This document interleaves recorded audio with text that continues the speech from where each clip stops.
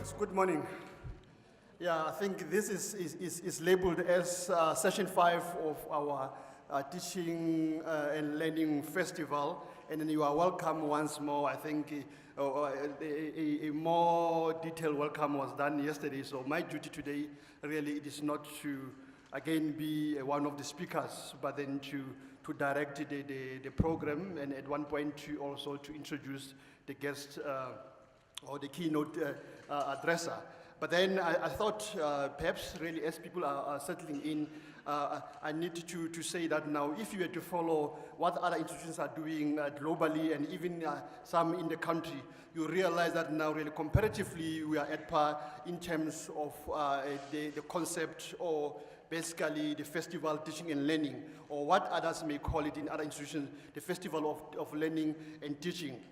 But also, really, it shows that the teaching portfolio or the teaching, learning, community engagement portfolio does acknowledge and appreciate that excellence in teaching deserves to be celebrated. That's the first thing, that now innovation in teaching must also be shared, both practiced and experimental innovations. But then most importantly, that now this year's festival, the issues of transformation of the pedagogy, curriculum, and assessment remain and are imperative and cannot be regarded as the stepchild of the core business of the university. But perhaps it is also opposite for me to indicate that now upfront that now Unisa is a home of great academics and teachers, past and present, if you were to think very, really closely to your earlier years, those who have been here for more than 30 to 50 years, who are older than me, basically at the age of 35, so you can imagine, I know a little about Unisa. But then also, as part of this, hence now part of this particular proceedings, today in particular, there's going to be a session whereby we inspire and celebrate those who are teaching now and those who will be teaching in the future through the Excellence 2017 Excellent in Teaching Awards. And in this way, we will also be exhibiting and showcasing the best that we have as Unisa University of South Africa and across all the colleges. Having said that, colleagues, allow me also to put up front some house rules, and I think we don't need to do that, but then, I mean, if this is teaching and learning, how about teaching the house rules? One of the house rules is that now, can we have all our cell phones, I don't know whether you call it on silent or on silence, but something like that, as long as it's not going to ring. That's the first one. And the second one really is that now as part of the program, we are going to have a question and answer session, meaning that now our speaker is not going to be interrupted as he's basically rendering his keynote. But then during that particular session of question and answer, may we plead with you or also to be very concise if you can, and then also to the point so that we can allow all the people who want to ask questions or pose comments, that little bit of the opportunity. And then don't be surprised really, if I were to say that now, Professor Hanireta Griel, you are too long, can you cut it short? So I won't be, please don't take an offense to that. Allow me to introduce then, ladies and gentlemen, our keynote speaker, that is Professor Sabelo Ndlovu Gazeni, because I've always known to be Professor Sabelo Ndlovu. I didn't notice that now it's a double-barrel surname, but then at least he has cleared that one with me. From the Change Management Unit at Unisa, and then he will be giving us an address on the following. Title of that address, Rethinking Teaching and Learning in Higher Education in South Africa Towards a Decolonial Pedagogy. And then Professor Sabelo Ndlovu Gazeni is a very well-read and known individual here at Unisa and in the academic cycle. So allow me to give you a very short bio sketch of him. First is the professor and founding head of Ashi Masheve Research Institute for Applied Social Policy, AMRI, and currently the director for scholarship at the Change Management Unit here at Unisa in the Vice Chancellor's office at Unisa. He's also the founder of the Africa Decolonial Research Network based at the University of South Africa. He is a National Research Foundation rated social scientist, a member of the Academy of Science of South Africa, ASAF, a fellow of South African Studies Center in the Netherlands, and a research associate at the Ferguson Center for African Asian Studies at the Open University in the United Kingdom. Let me take a brief again. His major publications include The Ndebele Nation, Reflection on the Homogeny, Memory and Historiography, Amsterdam and Pretoria, Rosenberg Publishers and Unisa Press, 2009. Do Zimbabweans exist? Yes, they did. Here's one. Trajectories of Nationalism, National Identity Formation and Crisis in a Post-Colonial State, Oxford and Ben Peter Lang International Academic Publishers. Redemption or Grotesque Nationalism, Rethinking Contemporary Politics in Zimbabwe with Oxford Publishers. In fact, Professor is the author of more than 100 published books, book chapters, and academic articles. Can we welcome Professor to the stage with a warm round of applause?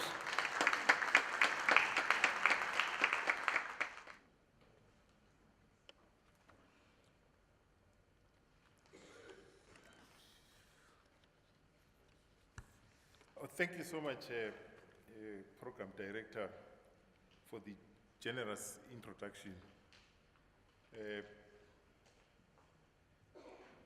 The title of my presentation, or maybe before I even do that, let me do the protocols. Let me just say all protocol observed. The title of my presentation is, it's very short. I've changed it from what I submitted, towards a decolonial pedagogy. And what I want to do, I want to draw from two sources in trying to reflect on this subject of teaching and learning. The first source which I will draw from is my personal experience as a student and a teacher at the university. The second resource where I will draw from is my academic engagement with decoloniality as an intellectual, ethical, and liberatory movement aimed at rehumanizing the dehumanized. I draw on these two sources in order to try and set afoot a decolonial pedagogy. Delivering a keynote the second day without attending the first day is always problematic because I will repeat some of the things which have already been said. I think to set the scene, let me say that a crisis is upon us. And what is this crisis which is upon us? It is an epistemic crisis. And what has that crisis done? That crisis has thrown students, teachers, and administration and the broader society into a difficult and a conflictual situation, which Mahmoud Mamdani depicted as the marketplace, a direct consequence of the neoliberalism and its market fundamentalism. Crises always provoke conflicts, and inevitably, conflicts have broken out, and they've taken the form of the roads must fall, the fees must fall, the outsourcing must fall movements. And these conflicts are not only confined to South Africa, they are actually all over. What can we learn from these conflicts? These movements have put on the public agenda the epistemological decolonization. Of course, there are some educationists, veteran educationists, like Jonathan Jansen, who have a negative appreciation of the implications of the students' movement for the future of the universities in South Africa. He went to the extent of declaring that what we are witnessing is the end of the South African university. I have a different take from that one. And my take is that the demands and the struggles by the students actually offer us opportunities to rethink the very idea of the university, the purpose and the relevance of research. It actually gives us the opportunity to reflect on ourselves as teachers and learners and also to reflect on the broader global epistemic and systemic crisis. My thinking is actually in line with what Emmanuel Wallerstein also is thinking about uncertainty, the moment of uncertainties of knowledges, where he argues that I believe that we live in a very exciting era in the world of knowledge, precisely because we are living in a systemic crisis that is forcing us to open the basic epistemological questions and to look to structural reorganization of the world of knowledge. It is uncertain whether we shall rise adequately to the intellectual challenge, but it is there for us to address. We engage our responsibility as scholars in the way in which we address the multiple issues before us at this turning point of our structures of knowledge. Indeed, what is important from Wallerstein is this question: shall we rise adequately to the intellectual challenge which is before us? As a way of moving forward, I think there are some things which we need to actually flesh out from the beginning. And one of them, from a decolonial tradition, is that we must reveal our epistemic position. Why do we need to reveal our epistemic position? To reveal one's epistemic position and the philosophy of education from the outset is a necessary decolonial ethical act. The veteran educationist Paul Freire posited that I cannot be a teacher without exposing who I am. And what does it mean to expose who you are?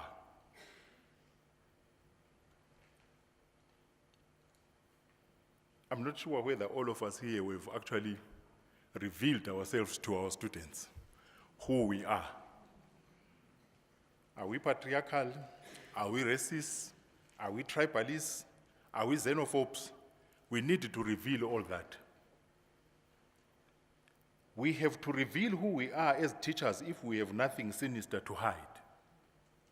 My own epistemic position in philosophy of education and pedagogy is consistently and systematically empathetic to those human species that Frantz Fanon depicted as the wretched of the earth, that Paul Freire depicted as the oppressed, that Bernard Makubane described as the dispensable other, that Mignolo described as the anthropos of the earth, and Homi Bhabha understood as those who have suffered the sentence of history. What do we mean when we talk about those who have suffered the sentence of history? The sentence of history took various forms. The first was the denial of the very humanity of those targeted for colonization through what Nelson Maldonado Torres termed the coloniality of being. The sentence laid the foundation for the perpetual questioning and the doubting of black people's academic and intellectual abilities. The second was the forcible and the violent integration of the colonized people into the modern world system and the world capitalist economy. And the impact of this is that what Africa knows about itself, what different parts of Africa know about each other, has been profoundly influenced by the West. The third was the violent disciplining and the confinement of colonized people to an invidious position of insiders who are pushed outside. The fourth was the experience, the direct experience, not only of colonialism, apartheid, and underdevelopment, but the experience of epistemicide, linguicide, alienation, and the cultural imperialism. The fifth was the systemic distancing of the colonized, and if you like, the ex-colonized people from their own knowledges and cultures, so as to make them to enter the colonial path of imbibing and the regurgitation of knowledges from Europe and North America. The final was the process of deliberate stupidification of African children, youth, and even academics through consistent disciplining into abandonment of their mother tongue, so as to use imperial and colonial languages of domination in their research, in their teaching, in their learning, and even in everyday conversations and communication. The fundamental challenge, therefore, is how to change the lives of those who have historically been hurt and silenced in the name of development and even internationalization. This, to me, is where the decolonization emerges as a solution. And I will need to now engage with what is decolonization. I wanted actually to present something which was going to be dialogical, where I will reflect on my own experience. But every time we try to do that, questions will come, but what do you mean by decolonization? So I thought it is important for me, before I reflect on my personal experience vis-a-vis teaching and learning, that I first of all frame the issues. What I want to talk about specifically is what is called epistemic decolonization. And I want us to be very clear on the trajectories of decolonization. Decolonization in Africa has taken almost 3 trajectories. The political decolonization, and the best way to understand the political decolonization is to go back to Kwame Nkrumah's "Seek ye the political kingdom," and all others will be added unto it. Then the second is economic decolonization. And that one, the central symbolic act was the demand for world economic, the issue of world economic freedom, as well as the Bandung Conference. But what I want to speak about specifically is the epistemic decolonization. And I want us to be very clear, because one of the major problems is whenever we talk about decolonization, there are some people who tell us that decolonization is over. We are talking about something which is past. In order for us to understand what we're talking about, I think it would be important to understand the 3 forms of empire which dominated the world. The first one, I will talk about it in terms of a physical empire, which actually was based on territorial domination. That is what was targeted by political decolonization. The second form of empire, which actually survived the physical empire, is the metaphysical empire. And that physical empire must be understood in terms of its how it adversely affected the mental universe of the colonized through the technology of cultural imperialism. The metaphysical empire is what we're grappling with today. And the metaphysical empire targeted the minds. This is how Ngugi wa Thiong'o explained the modus operandi of the physical empire. He said, it operated this way. Get a few natives, empty their hard disk of previous memory, download into them software of European memory. And that is the key modus operandi of the metaphysical empire. And the metaphysical empire is today still sustaining theft of history, sustaining epistemicides, the killing of other people's knowledges. It sustains linguicides, the killing of other people's languages, and it sustains alienation. That is the distancing of self from self, using such institutions as the church, as the school, as the universities. And even more interestingly, some African homes have become sites of alienation where children are forced to speak in foreign languages. It is the metaphysical empire which actually preoccupied the mind of Ngugi wa Thiong'o to the extent of continuously agitating for the decolonization of the mind. For clarity purposes, therefore, we must talk about 3 empires: the physical empire, the metaphysical empire, and the commercial military empire. The commercial military empire is the one which is non-territorial, but which is in charge of the production and division of labor on a world scale, and is underpinned by a particular epistemology which still makes us concentrate on area studies. It was this commercial military empire that led Kwame Nkrumah to talk about neo-colonialism.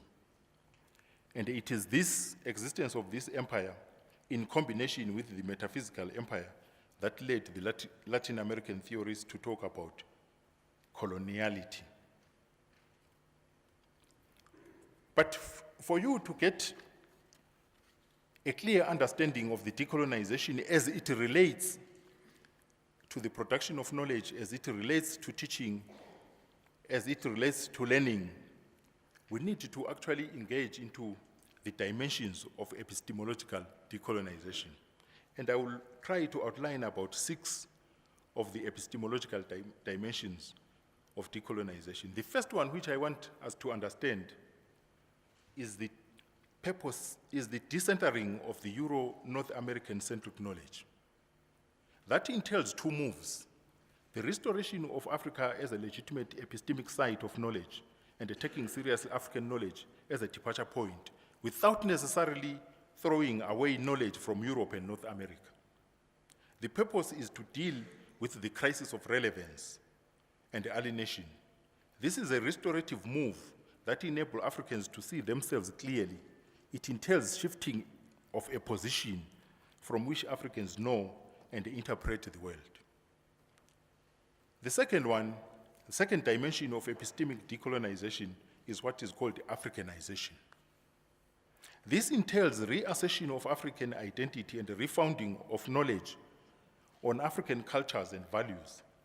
It is still, like the first one, part of a recovery process predicated on the ideas of endogenous knowledge as an internal product drawn from a given cultural background, as opposed to another category of knowledge which will be imported from elsewhere.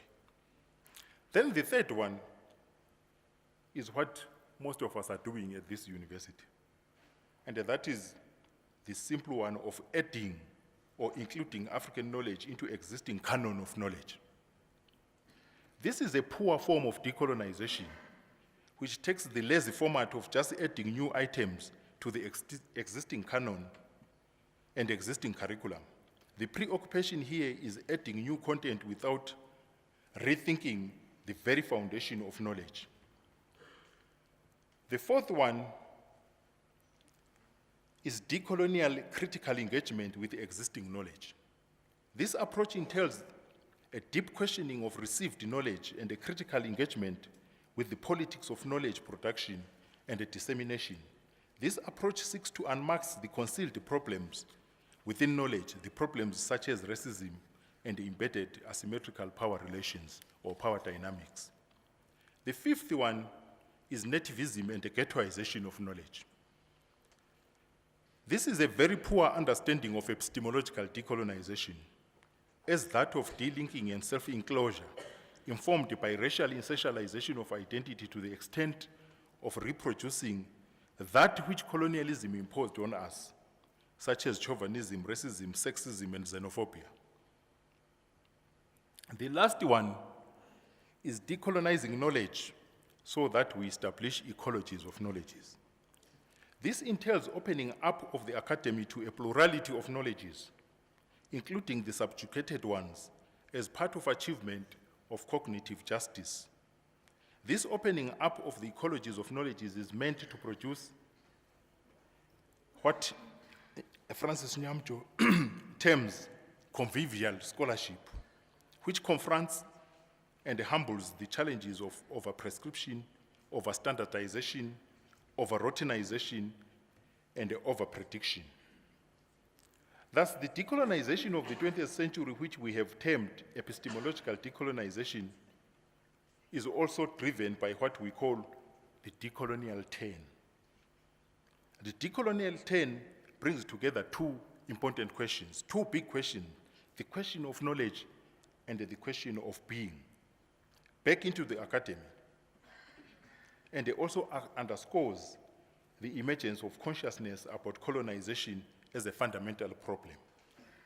This is why today we're seated here. This is why today I'm actually standing in front of you, because we want to actually deal with some of the difficult epistemic questions. And the Kwesi-Pra actually correctly stated that the intimidating question we face as academics in Africa today is how do we decolonize the academic enterprise? How do we indigenize knowledge production, and how do we usefully domesticate knowledge and its products? At the center of the decolonial turn is a simultaneous turn known as the ontological turn. And that one actually speaks to the fundamental question of the very subject of cognition as a subset of the bigger question about the politics of knowledge. The ontological turn is the one which actually speaks directly to the issue of rehumanization of the dehumanized.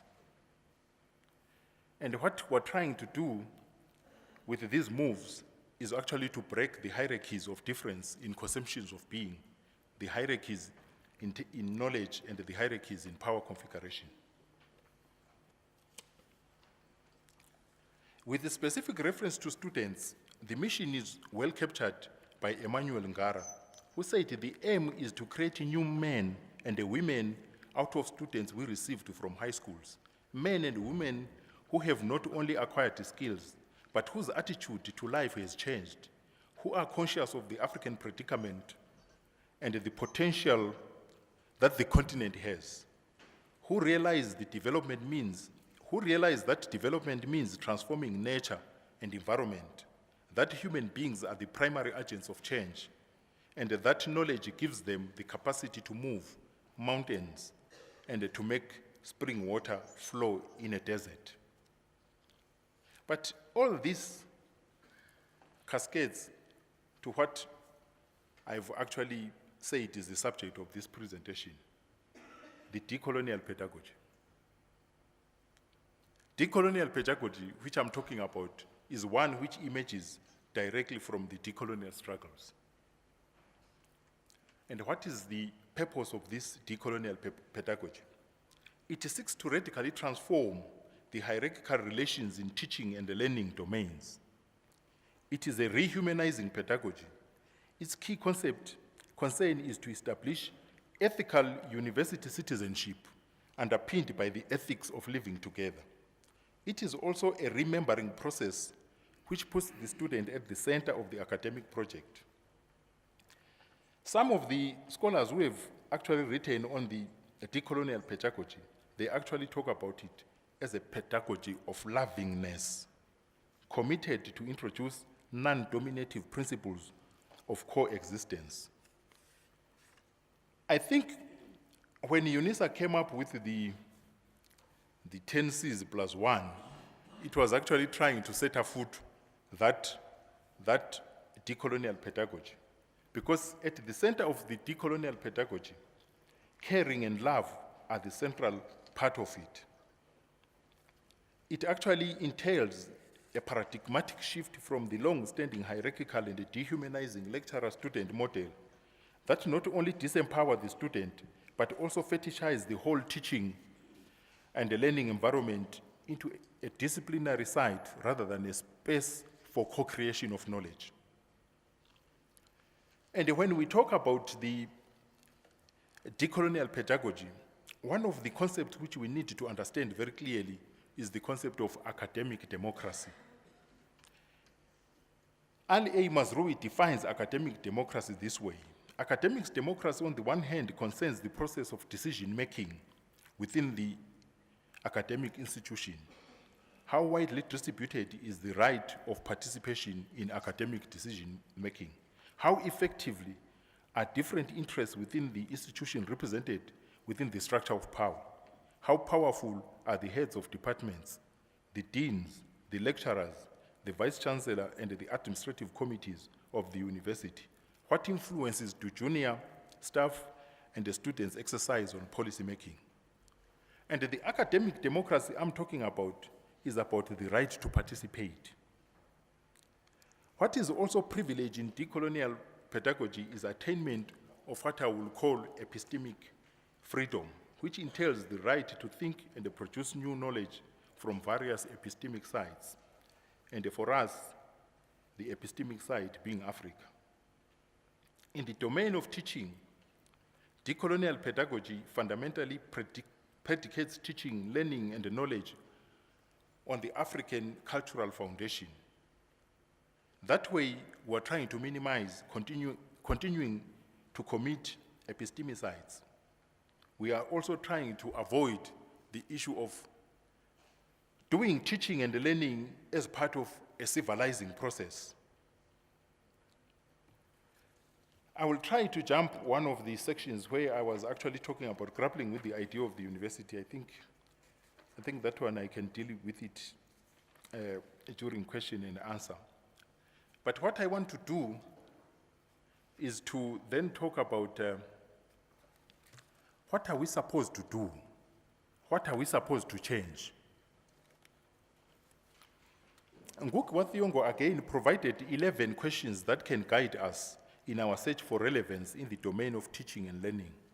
He emphasized 7 important issues, and I think these issues are important as we try to actually rethink teaching and learning. And I must say that we are not talking about the documents where the curriculum is laid. We are not talking about anything, but we are talking about you and myself. When we are talking about rethinking teaching and learning, the teachers becomes very important themselves. But for Nguki, the first thing which we need to think about as we rethink teaching and learning is to think about the base on which education system is anchored. That's the first thing which he says is important. And he becomes very specific. Is the base Eurocentric or Africa-centered? That is one thing we need to take seriously. The second is the importance of the philosophy of education. What is our philosophy of education? The third is the consciousness and identity of the teachers. What is the state of our consciousness? The fourth is the reading material given to students. What material do we prescribe to our students? The fifth is the production of what kind of an African? What is it that we want to set our food as our graduates? And the sixth is the dominant economy and its requirement. And I think we always talk about the alignment of what we teach and the requirement of the industry. The final is about the government policy. And on this one, I need to quote him directly. He says, whether recommendations in the quest for relevance are successful or not ultimately depends on the entire government policy towards culture, education, and language, and on where and how it stands in the anti-imperialist process in Africa. Let me therefore engage the question of university teachers. I'm not engaging you who are seated that side. I'm also engaging myself. Nguki Wathiongo, in underscoring the importance of consciousness of teachers in the delivery of decolonized teaching and learning in Africa, Nguki Wathiongo posed the related questions. Questions which are actually type of soul-searching questions. What then are the materials they should be exposed to, and in what order and perspective? Who should be interpreting the material to them, an African or non-African? If African, what kind of an African? One who has internalized the colonial world outlook, or one attempting to break free from the inherited slave consciousness? That's an important question which all of us need to ask ourselves. Have we internalized the colonial world outlook as we teach, as we produce the curriculum, as we assess what the students give us, or throughout, are we on the path of breaking from the inherited slave consciousness. What emerges from this question is the importance of the material that we give to the students, the materials that we expose the students to, and the consciousness of the teachers in the delivery of who deliver these materials. Most often, and on this one, I need to put my head on the block. Most often, I've presented in so many universities, the complaint is always about the quality of the student. And there is no complaint about the quality of the teacher and the consciousness of the teacher. There is a lot that is wrong with the academics produced by the Western-style universities. The key problem is their mentalities and consciousness cascading from what Carter G. Wilderson termed the miseducation. The result of that is that the academics and the teachers continue to produce and deliver what Claude Arke terms knowledge is for equilibrium, not knowledge is for change. What are the consequences of this problem of consciousness and the problem of miseducation? I think the first thing which we must admit outrightly is that if indeed the academics, the professors, and all of us suffer from that which we call miseducation and that problem of consciousness, we must actually go to the source. Where is that coming from? And that is why we need to actually engage, first of all, the idea of the university itself, because the university becomes the factory which actually produces these faulty professors, these faulty academics.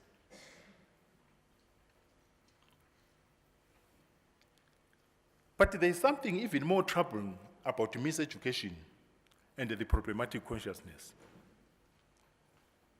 And that affects the students, is that it actually promotes what I will, for lack of a better word, is arrogancy, which is not in line with the demands of decolonial pedagogy. It actually destroys the spirit of care and love that is core to the decolonial pedagogy.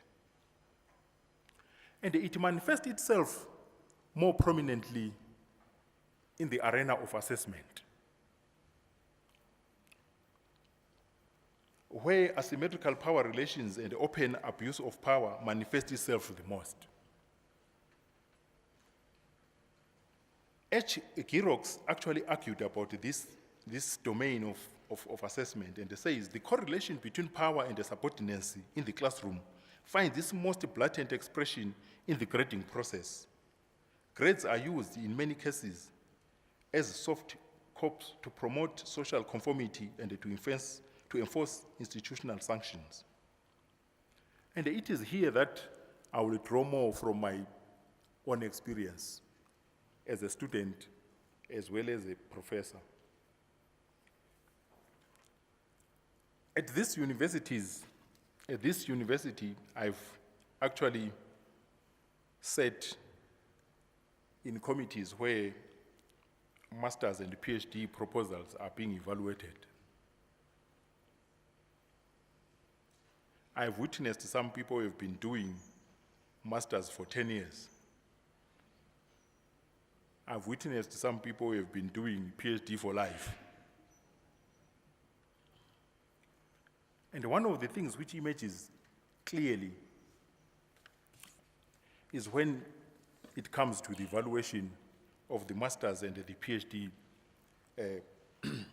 proposals, where the whole committee sits and they concentrate in finding problems only.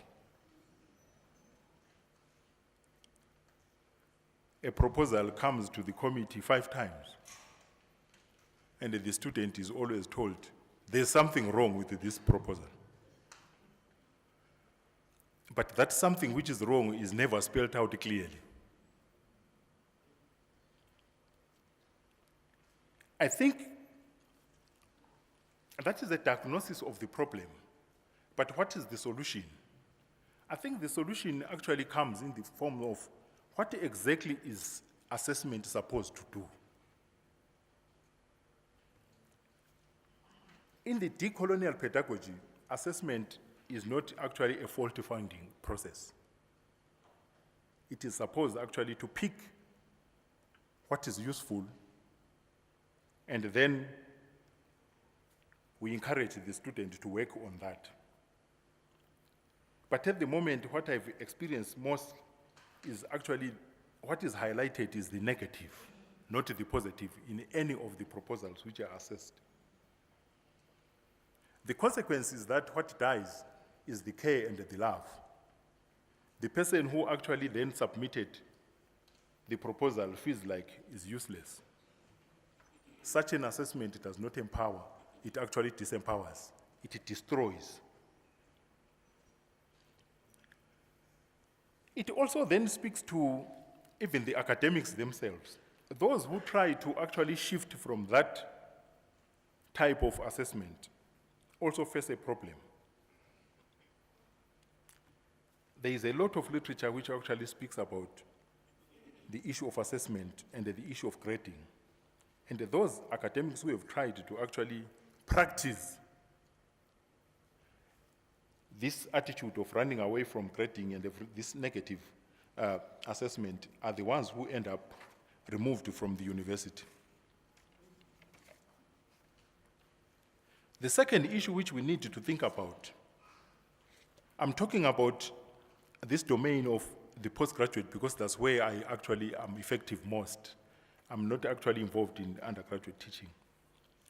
The second issue which troubles me is this issue of assessing a proposal as though you are assessing the thesis itself.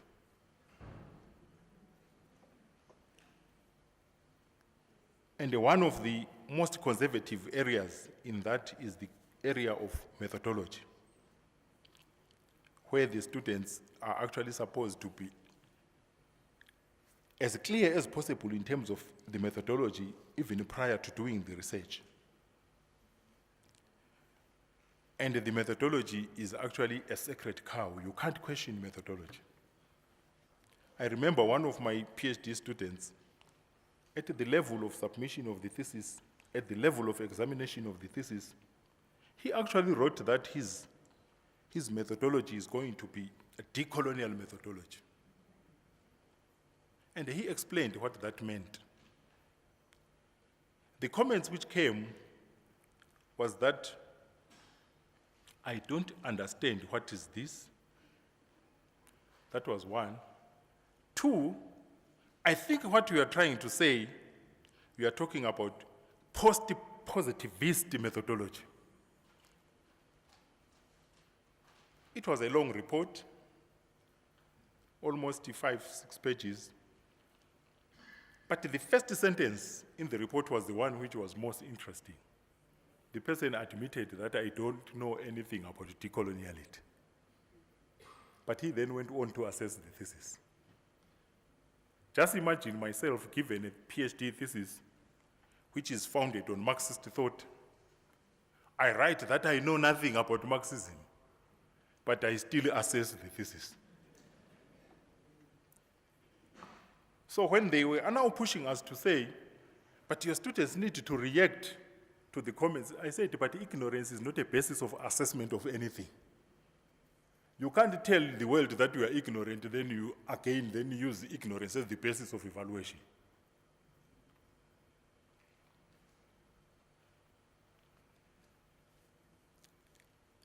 What do we do? One of the issues which I think is important, as long as you agree with me that the problem is consciousness, that the problem is miseducation, then that means the solution is re-education. And what does that re-education entail? Bukwathiongo again assists us by saying the re-education process means that we must return to the base. And it means that we must have a clear locus of enunciation. In his latest book, entitled Secure the Base, Making Africa Visible in the Globe, Gugu Thiongo defined the base as the people. And he elaborated that a return to the base, to the people, must mean, at the very least, the use of the language and the languages that the people speak. Any further linguistic additions should be for strengthening, deepening, and widening this power of language spoken by the people. I think we all know that South African universities at the moment are currently engrossed in the heated debates about the intellectualization of indigenous languages. That is their use in teaching and learning. And the debates circulate around very clear issues. One of them is that, should we start by teaching all of us indigenous languages?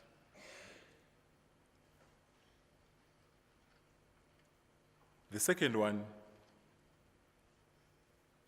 do we take the languages into the academy for teaching and learning? And all this is crafted around the whole issue of the demand for multilingualism. My experience is that there is no African who is not multilingual. Most Africans speak more than one language. The idea that we must start by teaching ourselves our own languages assumes that they are totally dead. But as far as I'm concerned, all my friends, all the people I talk to, they speak their own indigenous languages. And what is lacking is their visibility within the academy for teaching and learning. The other important point in the re-education process, which I think we need to focus on, is what is called moving the center. Even if we accept that we live in a globalized world, we must also accept another reality, that even within the globalized world, what appears or masquerades as the global knowledge economy still circulates from a particular center.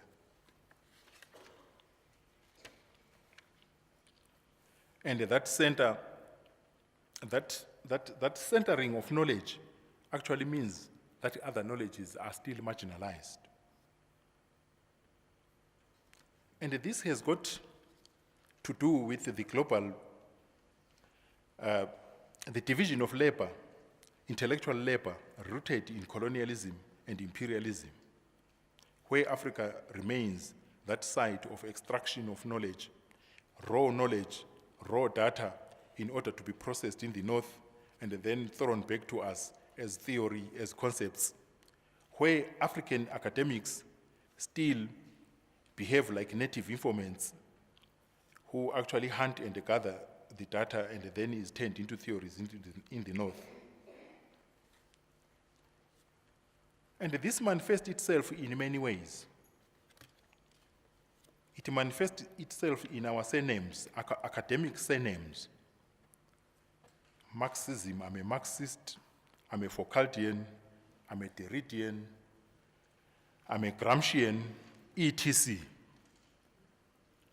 That to me manifests this asymmetry in the global division of intellectual labor, where others actually draw from the theories from somewhere in order to make sense of the situation here.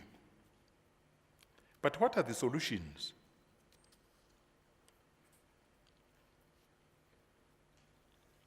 There are practical solutions which we need to do.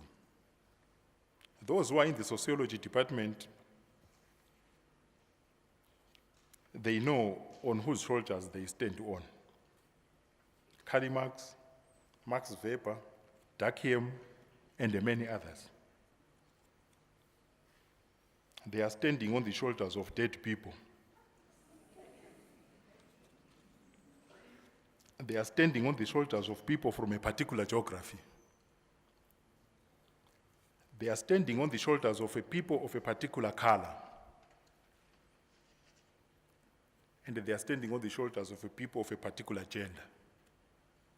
And what we need to do, therefore, is that at the minimum, we need to expand our shoulders on which we stand. From one country, Germany, to other countries in the first place. From one continent to other continents in the second place. We need to expand our shoulders also in terms of the gender of the giants on whose shoulders we stand. The race of the giants and also the generation of the giants.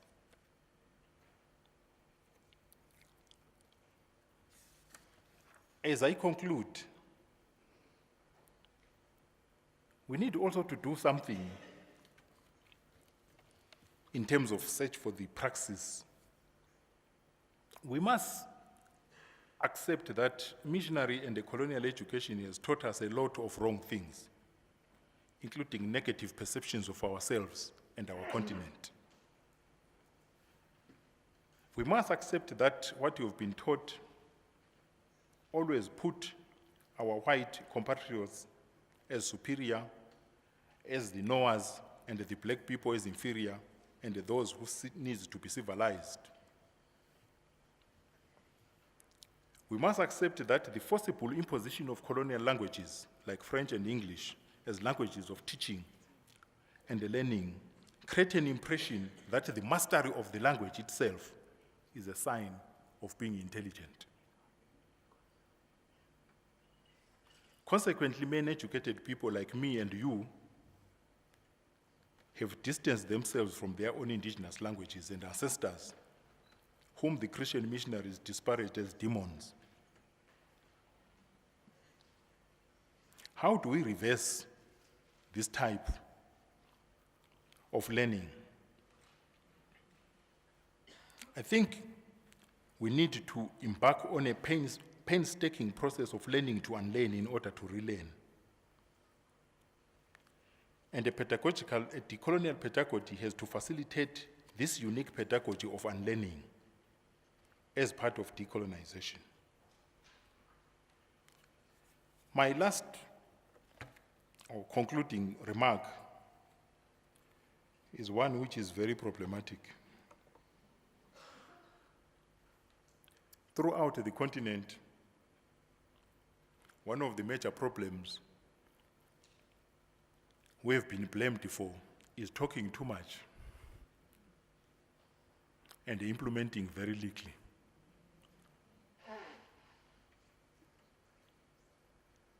Russell K. Kashula and Pamela Masego, talking about South Africa, they said, arguably, we are a nation of debaters, a strength proven in our negotiated political settlement. I hope in the diagnosis of the problem haunting the university and affecting our teaching, I did not fall into the trap of a nation of debaters. What I've been trying to do is that we must first of all know what we want to change. And my conclusion will be that I always want us to do diagnosis, correct diagnosis in order to actually achieve correct therapy or correct a prescription. Hence, my conclusion will be that if we are aware of the factory fault, and only if we engage in honesty and a critical self-introspection, we will begin the journey of practically changing those colonial and apartheid mentalities and consciousness that breed a very contradictory situation, that breed arrogance on the one side and a timidity on the other. Arrogance towards other black people, arrogance towards black students, and a timidity in the face of Europe and whiteness. I thank you.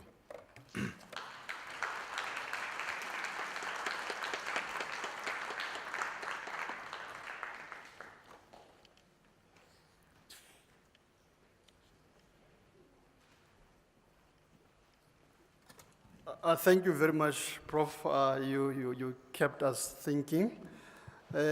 Colleagues, you are now going to the next part of our session, the question and answer session. We have, I think, how many? We do have a number of, if not one, I see one roving mic there. And I must say, Prof, I'm glad that now, like you are saying, you are not captured by the advocacy of debates. So you are not a captured one. I believe that now you'll be able to answer all the questions. Can we start randomly with the questions and answers, colleagues?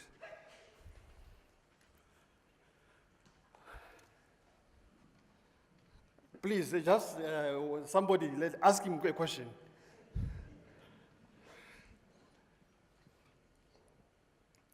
There's one there. How many do you want to take, Prof, before you answer, or it depends? Yeah, we are transforming how we run, the programs. So you decide, 3 will be fine. Very democratic. Okay, the first one there.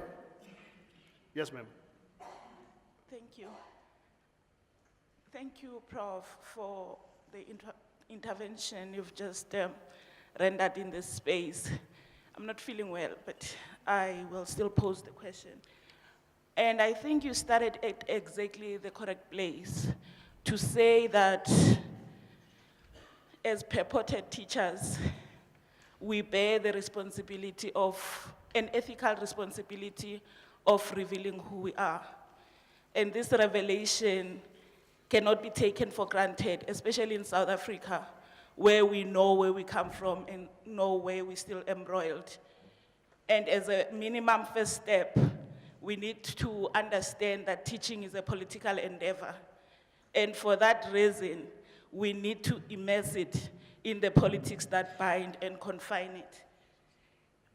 If I was to pose a question then, is that, is there a possibility of a pedagogy of care and love when in fact we have not taken the time to understand who our students are? And this has to do really with knowing fundamentally who they are from the base of who they are. In other words, if we have not taken the time, and as South Africans, and this is an indictment really, that in a country of people, of 90% of society speaking African languages, and only 10% speaking languages other than African languages, and then we go on to teach, how then can we, if we have stayed at that place and have deliberately done that, how can we then go on to profess a pedagogy of love and care? And the idea of standardization and how much we have been captured by it, and what then are the horizons to which we can rise when we are so mesmerized by the idea of standards and standardization, which for me says that we are not unleashing radical creativity. We seek to stay at a place which you characterized as a pedagogy of equilibrium. And finally, the very idea that we work with in the university of ethics, I find to be highly problematic. Yesterday I came, listened to students, and one student, student Jojo, was saying that we as South Africans turn a blind eye when whole families get bent down in winter, and yet we as the university stay in this very decadent idea of ethics that really amounts to ticking the box. And why haven't we imagined an ethics that that takes into cognizance that whole families get bent down in shacks only because we have been we've been complicit in creating a society that conforms rather than one that radically questions and seeks to foment a revolution. Thank you. Thank you. I think there's one there. You already have 3, Doc. I've been counting.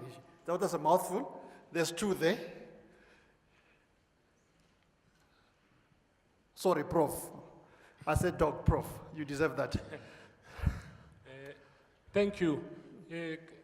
My name is Kamga from the Thabo Mbeki African Leadership Institute. Thanks very much, Prof. There is a problem with the way things work. How do we go about ensuring that just our journals, African-based journals, become part of Web of Science? When you publish an article in our journals, in African-based journals, generally, the South African government or the academy will not see it as a great article. They say send it to Web of Science. Web of Science is based somewhere else, in Harvard, Cambridge, Britain, and you are forced to advance the specific epistemology. If you don't do that, they tell you, we like the article, but it's not for this journal. Try somewhere else. And now, that's why you see so many people ending up advancing those academic, those philosophy for promotion purposes. How do we go about transforming the publication system that enable African-based journal or that advanced African theories to be at the top level of publications in this country? Thank you. Okay, I'll take that one, and the last one will be by Professor Muchene, and we'll go to the next round after the answer, please. Good morning, everybody. My name is Esther Ngiro. I'm very, very impressed with the speaker. For the first time, I think I've taken time to listen carefully and to actually get what we call very pragmatic and very deliberate, way of teaching us, so that we understand from, the general to the specifics.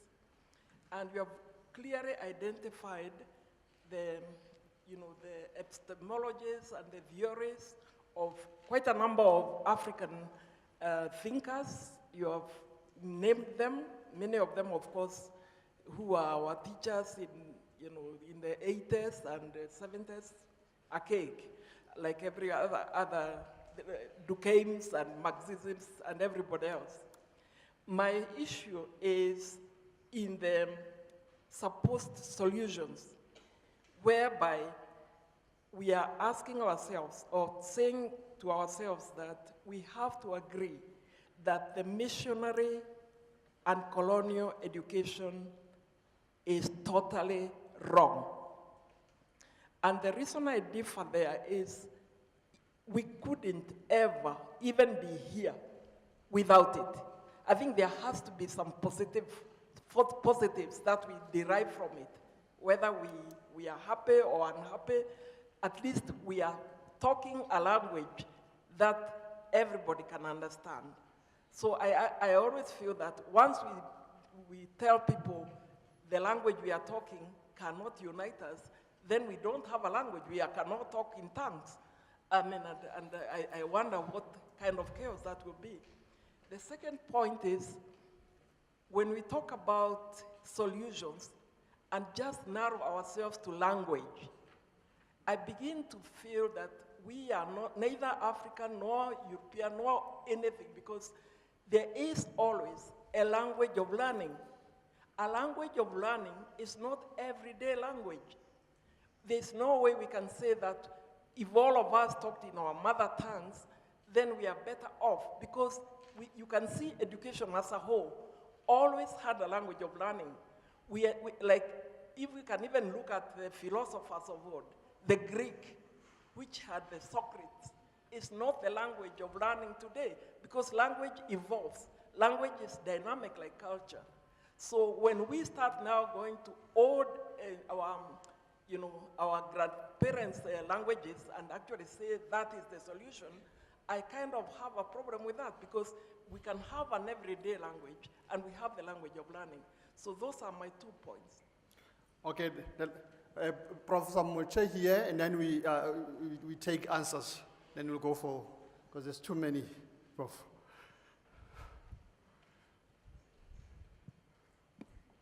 Thank you, Prof. Ndlovu Kacheni, for a very detailed, very incisive rendition of what we need to be doing. First, maybe I should start on a lighter note. I heard you when you were making your inputs and speaking of an assessor who said doesn't know anything about decoloniality and yet goes ahead and criticizes the input. And I also heard you say you don't know much about teaching and learning because you do postgraduate. But that is on a lighter note. I think that, Prof, what I would like also your wisdom on and your inputs on is that how do we have honest conversations? How do we have conversations that are honest and yet not alienating? Conversations that say that how do we move forward in ways that strengthens the academic project? In ways that does not say that if we disagree, then we start having certain labels, including labels that at times even alienates the very same proponents who are trying to effect change. But 2, also, how do we have conversations that do not, that begin to demystify whiteness? Because I think at times we put too much power to whiteness in ways that we attribute everything to whiteness. How do we demystify that? And 3, how do we do it also in such a way that we also understand that the imperialist project was also an appropriation project, that in fact, in the landscape of ideas, some of the ideas are ideas that are non-Western but were appropriated without recognition of where they come from. So how do we have that discourse? But most importantly, I think for me, for us as a university, is how do we have that discourse that is not alienating and without not necessarily skating around facts, but in ways that says, can we interrogate everything on the table? Can we open this landscape to multiple ideas and multiple ways of knowing? Thank you. Thank you, Prof. Prof, I counted 10, so you need 10. Okay, sure.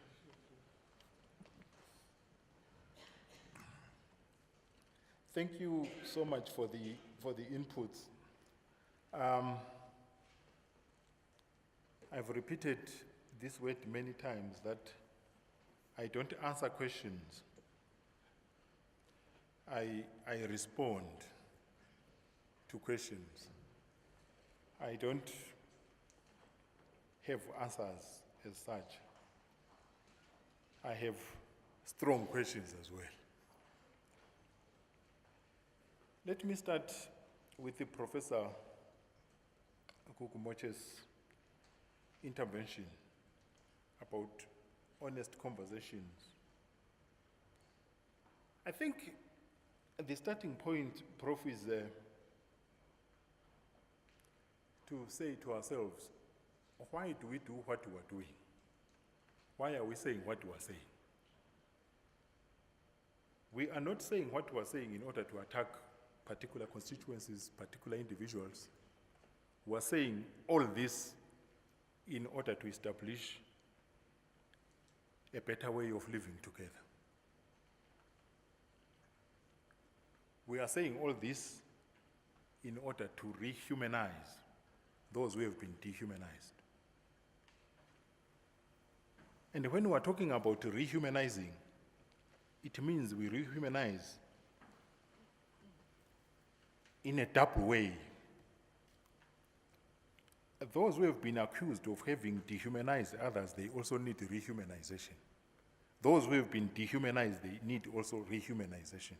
So the purpose, once we understand the purpose of what we're doing, then the issue of alienation, the issue of some people feeling are actually being targeted, actually falls away. Because it is actually the purpose of why do we say what we're doing.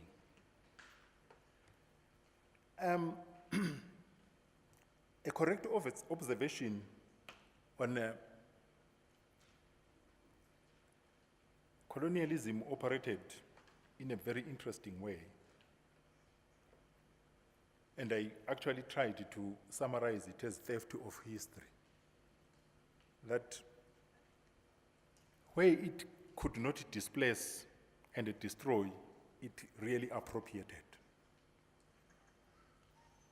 And what is the general cry and the general part of the struggle is actually that those who have been, whose knowledge has been stolen, whose heritage has been stolen,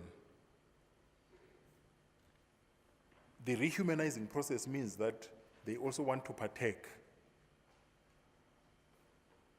in what is positive rather than to be always remaining in the margins of what has been rendered as barbarity. The question on languages being dynamic, I think it's an important observation. Language is dynamic. But when it comes to the colonial spaces, you must be honest with the history, because the issue is that it was not changed just for the sake of changing language. I personally did part of my primary school under colonial rule. And when I was doing primary school under colonial rule, and even when I was doing it after independence, the way we were forced to speak English was actually violent. I remember when I was in Form 1, we had a head teacher. The office was actually written, "This is an office you must use official language." And I remember as a young person that we were the prefects within the school, and one of the most punishable things was to speak Ndebele within the school grounds. So I can't actually just take it that it was dynamic that I ended up speaking English. I was actually forced. But I take your other point that when we talk about missionary and the colonial education, we must be aware of not throwing away the water together with the baby out. What I found interesting in my reading about missionary education, particularly with the specific case study of Uganda, which was done by Al-Mazuri, is that he tells us that the missionaries actually said the home, the family unit, is actually a site of reproduction of barbarity. And in order to make the students escape from that, then they created mission boarding schools. They actually complained that we teach them this today, they go back home to be taught something else. And the best way to do it is to then separate them from the parents who are actually stuck in barbarity. And Al-Mazrui then talks that the consequence of that is what he calls cultural schizophrenia, something which actually we speak about today as alienation. So I'm not against missionary education for the sake of being against, but it actually laid a foundation for something which is very problematic. When today we talk about the problems we are facing, the problem we are facing is the problem of relevancy. And the relevance comes in two ways. There is the practical relevance. And the practical relevance, of course, speaks to the issue of how relevant is it that we are teaching. And there is also the cultural relevance. How anchored is our education within the African cultural terrain? The journals.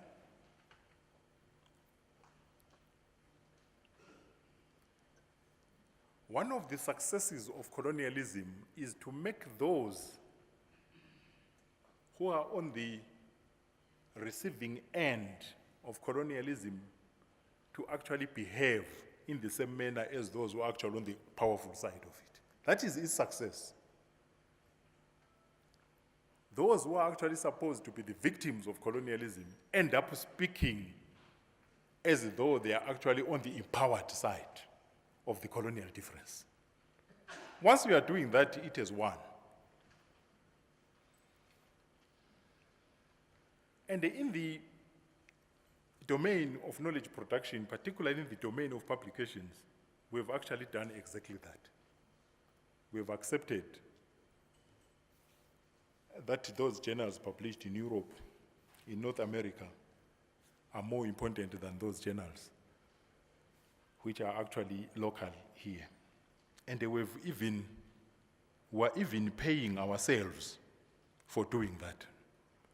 That if you publish in one in North America and the one in Europe, you get more money than when you publish in one in local here.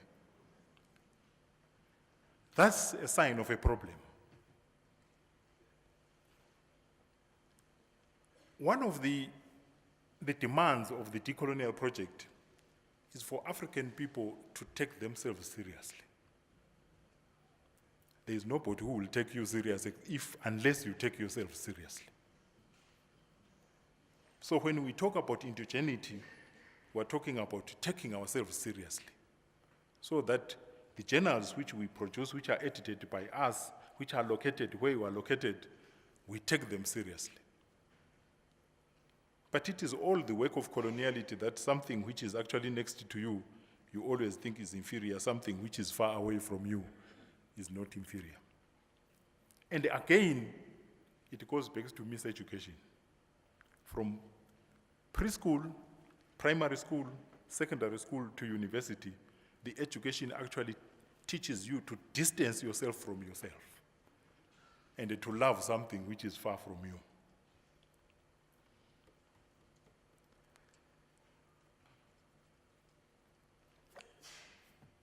A doctor,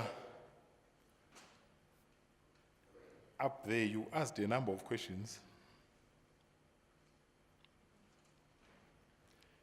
The neoliberal dispensation we are living in is about competition and individualism.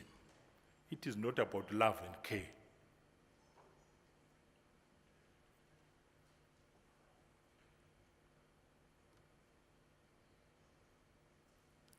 And because of that, we want those students whom we think are ready to come to the university and they just perform. And my question will be, what then will be the purpose of teaching if you want those who already can do things? The purpose of teaching is that even those who are having problems, you are able to turn them into something else. But there is another aspect to it, which is very important. And sometimes we're not careful when we speak about it. When we always stand up and say, the problem is these students from poor schools. The students coming from poor schools. When I was thinking about this lecture, I was thinking about primary education. And the primary education, not in the hierarchical nature of primary school, secondary school, then university. I was thinking about the primary site of knowledge. And my idea was that the primary site of knowledge must be the family unit. And the primary teachers are the parents. And when you stand up on a podium like this, and they say these students come from poor schools, you are saying even that home is a poor site of knowledge.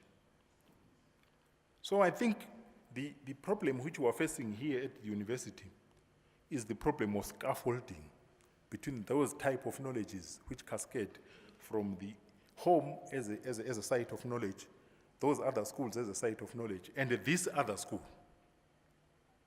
And when we therefore say they can't cope with what is in this other school, we need to define what is in this other school which they are failing to cope with. So fundamentally, those would be my few responses to the questions.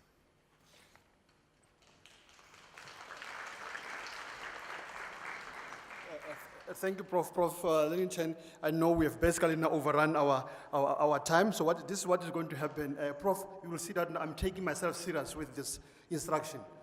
We are going to have, I noted one person there, but I'm going to have only two, because then we have already noted that person up there, and the other one, only two. We close this particular session, and I'm going to ask those asking questions, the two, plus that one and the other one, whoever is going to ask the question. Please ask directly the question. Let's see if Prof can be able to understand what your question is without you having to explain it to him.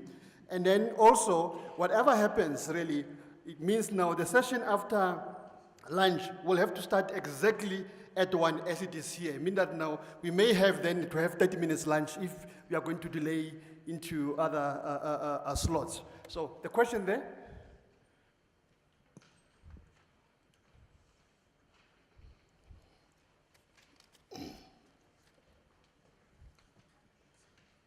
Thank you, Prof, for such a profound address. I'm over here. Noted. Yeah, thank you. My question, I suppose, is in touch. It's not very different from what Professor Mocha asked.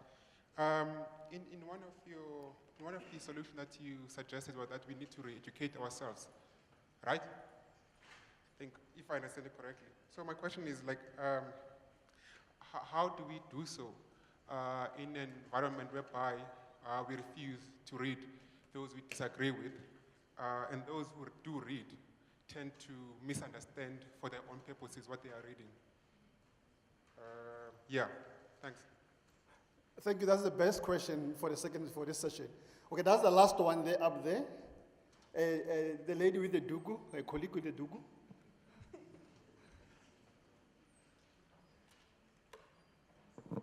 I can't see from here. The lights are very terrible.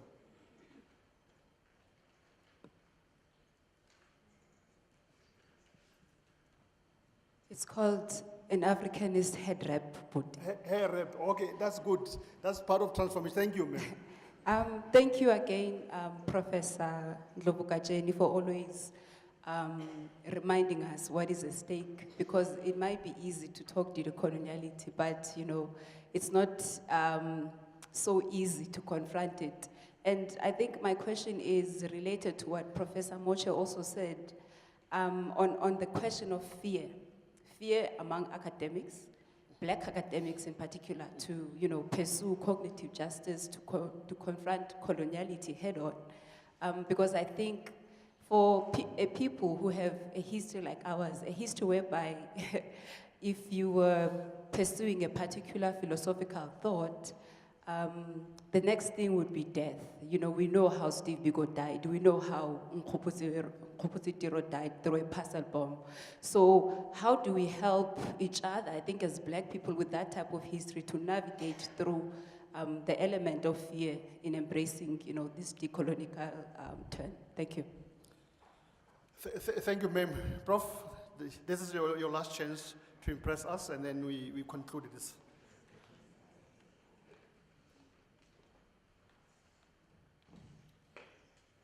I think the two questions are actually related. For lack of a better word, there's something called epistemic deafness. And that problem, it's a major challenge because it makes you not hear whatever somebody is saying, particularly if it is something which questions what is known.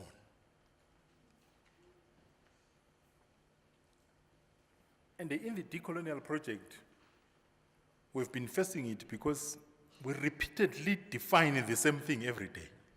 And they were asked the same questions. But what do you mean?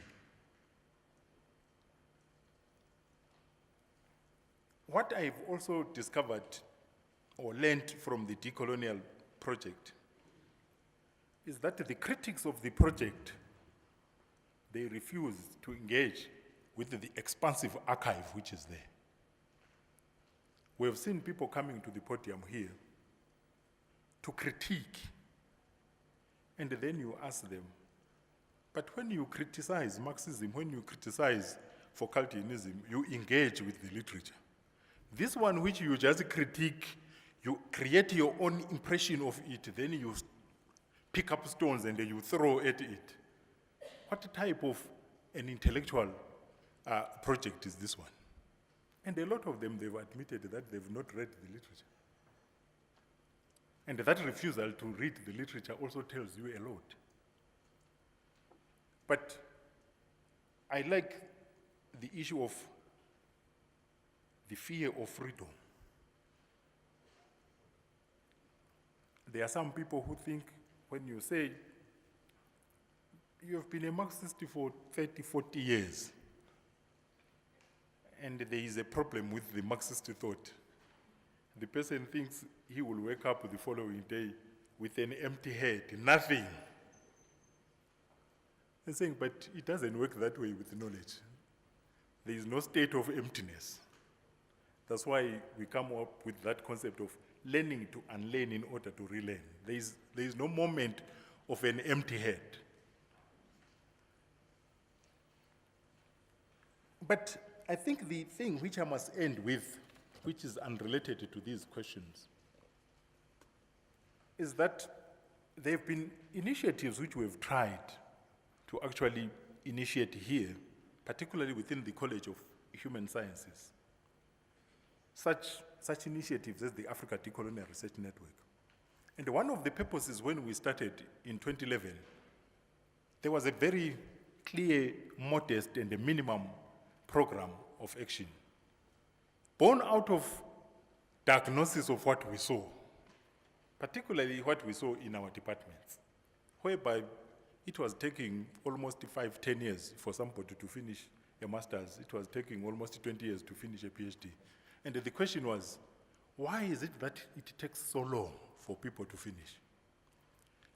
Some of the answers, when you then engage the people, you will see that it goes back to that issue which I spoke about at the beginning. Let's reveal ourselves. Because what the students are doing sometimes is trying to second guess us. They choose topics because, yeah, Jovukacheni always likes decoloniality, let me just choose a topic in that domain. And the person is not prepared at all. It's not what the person likes.